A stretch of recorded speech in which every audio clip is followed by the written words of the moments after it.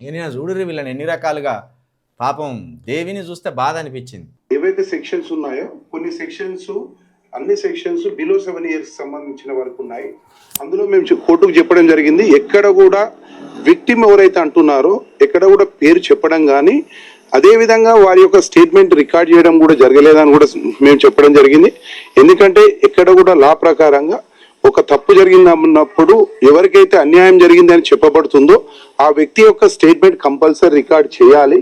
ఇందులో మేము చేయలేకపోయినాము, తను ముందుకు రాలేదు అనే విషయాన్ని ప్రాసిక్యూషన్ వారు చెప్పడం జరిగింది. అప్పుడు అలాంటప్పుడు ఒక విక్టిమ్ బయటకు రానప్పుడు ఎట్టి పరిస్థితుల్లో ఇలాంటి కేసులు అట్రాక్ట్ కావు అని మేము చెప్పడం జరిగింది.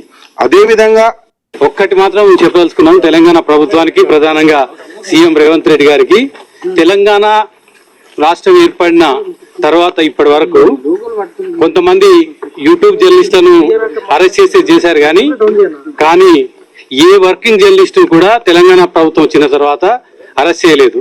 కానీ రేవంత్ రెడ్డి గారి ప్రభుత్వం ఒక వర్కింగ్ జర్నలిస్టులను చేయని తప్పుకు మానసిక క్షోభకు గురి చేసేటట్టుగా మొత్తం కూడా అరెస్ట్ చేసి 24 గంటలు మానసిక క్షోభకు గురి చేశారు.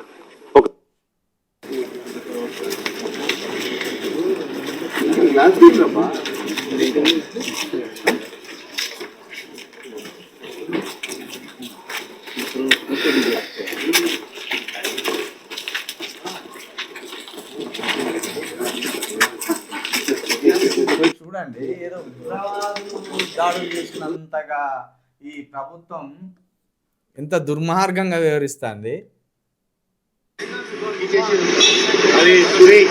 ఓకే ఓకే ఓకే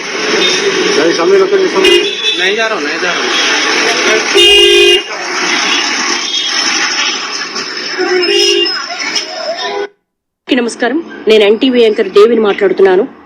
ఒక వార్తకు సంబంధించి నన్ను తెలంగాణ సిసిఎస్ పోలీసులు నిన్న నాకు కాల్ చేసి మాట్లాడుకుందాం రా అన్నారు. ఆ తర్వాత ఆఫీస్కి వచ్చారు, స్టేట్మెంట్ రికార్డ్ చేస్తామన్నారు. ఆ రికార్డ్ చేసే ప్రతి ప్రశ్న 3 గంటల పాటు నాకెంత మెంటల్ హరాస్మెంట్ ఉన్నా, నాకు సంబంధించింది కాకపోయినా, కేవలం నేను చేసింది వార్తను చదివాను, అది నా వృత్తి ధర్మంలో భాగంగానే చదివాను. నాకు ప్రతిరోజు నేను వార్తలు చదవడమే నేను చేసే ఉద్యోగానికి నాకు శాలరీ వస్తుంది. కాబట్టి ఏ వార్త వచ్చినా ఆ వార్త నేను చదువుతాను. అందులో భాగంగా చేసిన నా వృత్తి ధర్మంలో వాళ్ళు నన్ను అడిగినప్పుడు ప్రతి ప్రశ్నకు నేను స్టూడియోలో ఎంటర్ అయిన దగ్గర నుంచి మినిట్ టు మినిట్ వాళ్ళకి ఆన్సర్ చేశాను. 3 గంటల పాటు నాకు ఎంత మెంటల్ హరాస్మెంట్ ఉన్నప్పటికీ కూడా చాలా పేషెన్సీగా ఇచ్చాను. అయినప్పటికీ మళ్ళీ నిన్న రాత్రి కాల్ చేశారు. నిన్న రాత్రి కాల్ చేసి మళ్ళీ ఈ రోజు పొద్దున మళ్ళీ స్టేట్మెంట్ రికార్డ్ చేయాలి, మళ్ళీ రమ్మన్నారు. నేను ఒక మహిళా జర్నలిస్ట్ ని, నా ఇంటికి వచ్చారు, నా హస్బెండ్ తో మాట్లాడారు. నిజానికి నా ఇంట్లో వాళ్ళు ఇబ్బంది పెట్టాల్సినంత అవసరం లేదు. నేనేం దొంగని కాదు, నేను ఒక జర్నలిస్ట్ ని. 22 సంవత్సరాల పాటు ఒక్కొక్క మెట్టు ఎక్కుతూ మా కెరీర్ బిల్డ్ చేసుకున్నా. ప్రతి జర్నలిస్టు కూడా వాళ్ళ వృత్తి ధర్మంలో భాగంగానే వార్తలు అందిస్తారు. ఓకే, జరిగిన దానికి మేము క్షమాపణ కూడా చెప్పాం. అయినప్పటికీ కూడా ఒక మహిళను కూడా చూడకుండా ఇంటి దగ్గరికి పోలీసులు పంపించాల్సిన అవసరం ఏంటి? నా హస్బెండ్ తో మాట్లాడాల్సినంత అవసరం ఏంటి? ఇవన్నీ కూడా ఎందుకు తెలంగాణ పోలీసులు ఇంత దాష్టికానికి పాల్పడుతున్నారు? ఒక మహిళా జర్నలిస్ట్ పట్ల నేను కూడా మహిళనే కదా. ఓకే, ఒక మహిళకి ఇబ్బంది జరిగింది అని మాట్లాడినప్పుడు నాకు మహిళనే, నాకు ఒక సెల్ఫ్ రెస్పెక్ట్ ఉంటుంది, నాకు ఒక కుటుంబం ఉంటుంది. నా కుటుంబంలో సంబంధించినంత వరకు కూడా వాళ్ళ సేఫ్ కూడా నేను చూసుకుంటాను. కానీ ఎందుకు ఇంత దాష్టికానికి పాల్పడుతున్నారు? ఇది చాలా అన్యాయము. ఇలా నన్ను రోడ్ల మీద పరిగెత్తించడం అనేది న్యాయం కాదు. నేను నా వృత్తి ధర్మంలో భాగంగానే చేశాను, స్టేట్మెంట్ కూడా ఇచ్చాను, ఎక్కడికి పారిపోలేదు. కానీ తెలంగాణ పోలీసులు ఈ విధంగా సెర్చ్ చెయ్యడము, ఆఫీస్ దగ్గరికి రావడము, ఇంటి దగ్గరికి రావడం అనేది చాలా అన్యాయం. ఈ దాష్టికాన్ని ప్రతి ఒక్కరు ఖండించాల్సిన అవసరం ఉంది. ఇప్పుడు పోలీసు వారు సజ్జనర్ గారు ఏమంటారంటే, మహిళల మీద అసభ్యంగా ప్రవర్తించితే విడిచిపెట్టాము అంటాను. ఇప్పుడు దేవి కూడా మహిళా యాంకరే.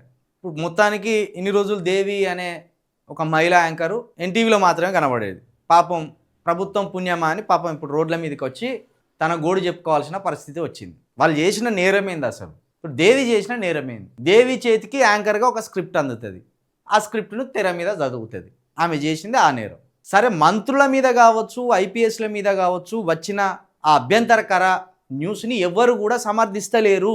దాని వంకతోటి ఎంతమందిని డిస్టర్బ్ చేసింది చూడు వాళ్ళు. నిన్న ఏదో దేశం మీద ఇంకో దేశం యుద్ధానికి వచ్చినట్టుగా, రాష్ట్రం మీద ఇంకో రాష్ట్రం బడి యుద్ధం చేసినట్టుగా, అర్ధరాత్రుళ్ళు మెజిస్ట్రేట్ గారి దగ్గరికి తీసుకుపోయి వాళ్ళని ప్రవేశపెట్టి వాళ్ళు చేయరాని నేరానికి పాల్పడ్డట్టు ఒక హంగామా, ఒక యుద్ధ వాతావరణం సృష్టించి ఏం లబ్ధి పొందుతారు? మరింత బదనమైంది ఇప్పుడు. ప్రభుత్వం మరింత బదనమైంది.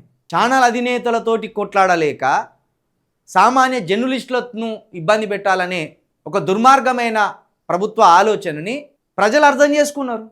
మొత్తం సోషల్ మీడియాలో బ్లేమింగ్ అయిపోయింది. మీరు వెరీ షేమ్. చూడు, ఒక మహిళ, ఆమె కేడుపు ఒక్కటే తక్కువైంది. అర్ధరాత్రి ఆమె ఇంటికి పోవుడైంది. ఒక నోటీసు పంపితే వారం రోజులల్లా సైబర్ క్రైమ్కి రాని ఒక నోటీసు పంపితే ఖచ్చితంగా ప్రజాస్వామ్య నిబంధనకు లోబడి సైబర్ క్రైమ్కి పోయి వాళ్ళకి సంబంధించిన వివరణ ఇచ్చొస్తారు. అది ఇడిచిపెట్టి అర్ధరాత్రులు పోయి తలుపులు కొట్టడం, భర్తలను వేధించడం, ఇదంతా ఏంది?